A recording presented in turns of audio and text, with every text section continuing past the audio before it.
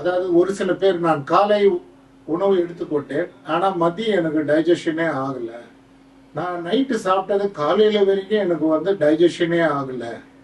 So சாப்பிட்டது எனக்கு நெஞ்சு மேலேயே இருக்குது.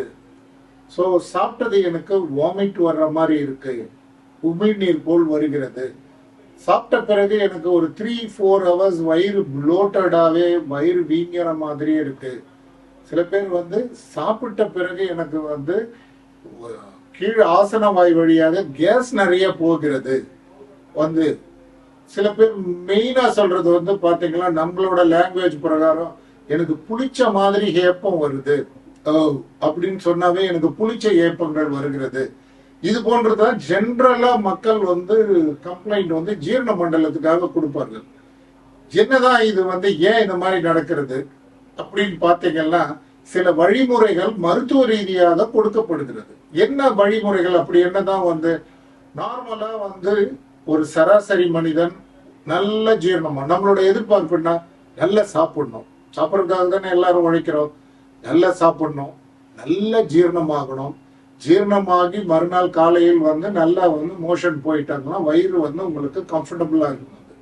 இதை எப்படி சாத்தியப்படுத்துவது? இதுதான் நம்மளுக்கு முன்னாடி நிற்கும் கேள்வி.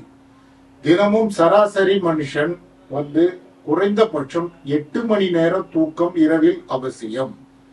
அந்த இரவு தூக்கம் தான் 8 பேர். இதுல நிறைய பேர் வந்து பாத்தீங்களா, சார் நான் பகல்ல 4 மணி நேரம் தூங்குறேன், நைட்ல 4 மணி நேரம் தூங்குறேன், எப்படி இருந்தாலும் 8 மணி நேரம் அப்படின்றது கணக்கு கிடையாது. இரவு தூக்கம் அத்தியாவசியமான ஒன்று. சோ நம்ம காலை உணவு, மதிய உணவு நன்றாக எடுத்துக்கொள்ளலாம். ஈவினிங் போல வந்து நீங்க பாத்தீங்கன்னா வந்து ஒரு tea R coffee or green tea R lemon tea எதுனாலும் நீங்க எடுத்துக்கலாம் வித் ஸ்மால் ஸ்நாக்ஸ். என்ன ரெக்கமெண்ட் பண்ணுவாங்க டைஜஷனுக்கு ஏற்றதுன்னு பாத்தீங்கன்னா, பெஸ்ட் வந்து சிறுதானியங்கள்ல எடுத்துக்கலாம், இல்ல இந்த ஸ்ப்ரவுட்ஸ் வெரைட்டி எடுத்துக்கலாம். உங்களுக்கு பிடித்த வீட்டில் உள்ள வந்து ஒரு ஸ்நாக்ஸை வந்து நீங்க கொஞ்சம் போல எடுத்துக்கொள்ளலாம்.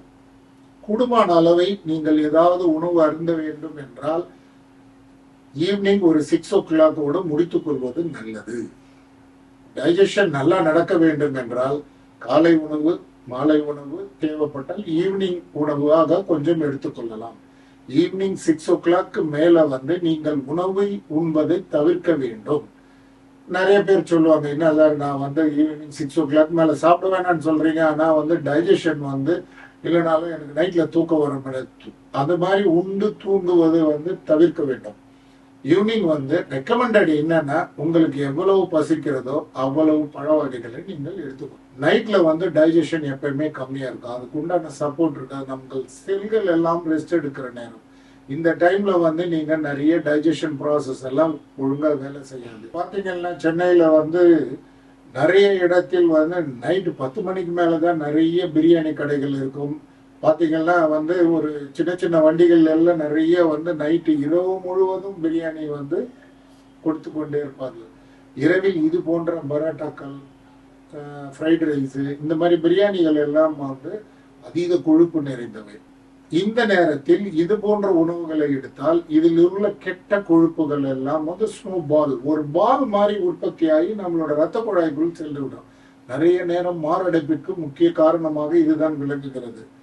ஆனால் இதை தவிர்க்க முடியாத இன்றைய இளைஞர்கள் வந்து இந்த போன்ற வந்து ஒரு உணவுகளை வந்து எடுத்துக்கொள்வது வந்து வருத்தம் அளிக்கும் ஒரு செய்தி தான். வந்து பல்வேறு மரணங்களை நாம் வந்து கேள்விப்பட்டு கொண்டிருக்கிறோம். இதில் எல்லாமே வந்து இது போன்ற காரணங்களால் தான் வருகிறது.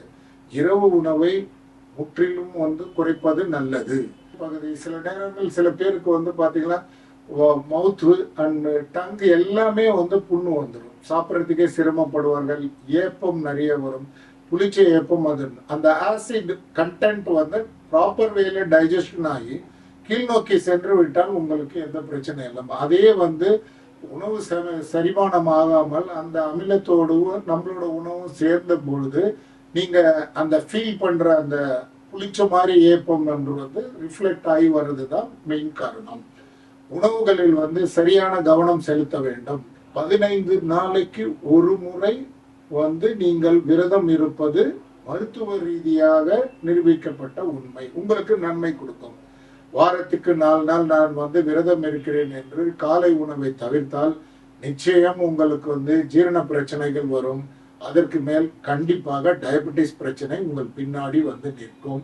அது போன்ற அதிக தொப்பை போடுவதற்கும் நம் காலம் தவறி உணவு உண்ணும் முறையை வைத்துக் கொள்வதனால்தான் தேவையில்லாத கொலஸ்ட்ரால் இந்த கார்போஹைட்ரேட் டயட் மூலம் நம்மளுக்கு கிடைக்கும் கொழுப்புகள் நம்மளோட வந்து இந்த வயிறு பகுதியில் வந்து அடைந்து விடுகிறது. காய்கறி கீரைகள், பழ வகைகள், வேக வைத்த காய்கறி கீரைகள் இது போன்று எடுக்கும் பொழுது இதில் ஹை ஃபைபர், நிறைய என்சைம் சப்போர்ட்டுகள், மல்டி மினரல்ஸ் அண்ட் விட்டமின்கள் இதில் உள்ளதால் இவை அனைத்தும் உங்கள் வந்து ஜீரண மண்டலத்தை பாதுகாப்பாக வைத்திருக்கும். சரி, நிறைய பேர் வந்து இந்த ஜீரணம் ஆகிறதுக்கு சோடாக்கள், பாட்டில்டு ட்ரிங்க் வந்து நிறைய எடுப்பாங்க. அதை முற்றிலும் தவிர்க்க வேண்டும். கார்பனேட்டட் ட்ரிங்கை தவிர்ப்பது நல்லது. சுகமான வாழ்வு, அருமையான வந்து உணவு உண்ணும் முறையை நீங்கள் அமைத்துக் கொண்டால் இந்த ஜீரண பிரச்சனையிலிருந்து நிச்சயம் வந்து விடுபடலாம்.